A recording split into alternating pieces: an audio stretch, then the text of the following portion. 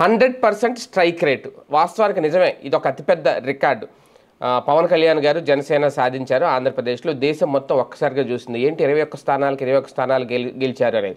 వాస్తవానికి ఆ 100% strike rate YCP కొట్టాలనుకుంది. 175కి 175 స్థానాలు గెలవాలని చెప్పి తెగ తపన పడింది. జగన్మోహన్ రెడ్డి గారు కూడా పగటి కళ్ళగా అన్నారు 175కు 175 స్థానాలు గెలిచేస్తాం మనం ఇక తిరుగులేదని. ఆ 175 మాట పక్కన పెడితే 11 స్థానాలకు పడిపోయారు. కనీసం 75 స్థానాలు కూడా గెలవలేదు.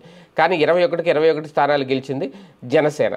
పవన్ కళ్యాణ్ గారి విజయం ఒక రకంగా 100% స్ట్రైక్ రేట్ సాధించారు. అయితే ఇక్కడ ఈ మధ్యకాలంలో పదే పదే మొన్న కూడా ఈ ఆవిర్భావ దినోత్సవం సంబంధించి ప్రెస్ నోట్ విడుదల చేసిన టైంలో 14వ తేదీన ఆవిర్భావ దినోత్సవ వేడుకలు 14వ తేదీన అందరూ రావాలి, మన పార్టీ దశ దిశ ఏంటి కార్యాచరణ ఏంటనేది పవన్ కళ్యాణ్ గారు చెప్పబోతున్నారు. ఇలా ఓకే 100% స్ట్రైక్ రేట్ సాధించిన జనసేన అధికారంలోకి వచ్చిన తర్వాత ఇప్పుడు పెడుతుంది. అంటే పదే పదే ఈ మధ్యన జన సైనికులు కానీ జనసేనలో కొంతమంది కీలక నాయకులు కానీ 100% స్ట్రైక్ రేట్ 100% స్ట్రైక్ రేట్ అనే మాట ఎక్కువగా వాడుతున్నారు. అంటే టీడీపీకి గుర్తు చేస్తున్నారా, మేము 100% స్ట్రైక్ రేట్ సాధించాం, మాకు తగిన ప్రాధాన్యత మీరు ఇవ్వట్లేదు అని చెప్పి మిత్రపక్షంగా ఉన్న పార్టీకి గుర్తు చేసే ప్రయత్నం ఇండైరెక్ట్గా చేస్తున్నారా? పైకి మాత్రం నవ్వుతూనే ఉంటారు, పైకి మాత్రం బాబు గారు లాంటి వాళ్ళే ముఖ్యమంత్రిగా ఇంకో 10 ఏళ్ళు 15 ఏళ్ళ పాటు కొనసాగాలంటారు.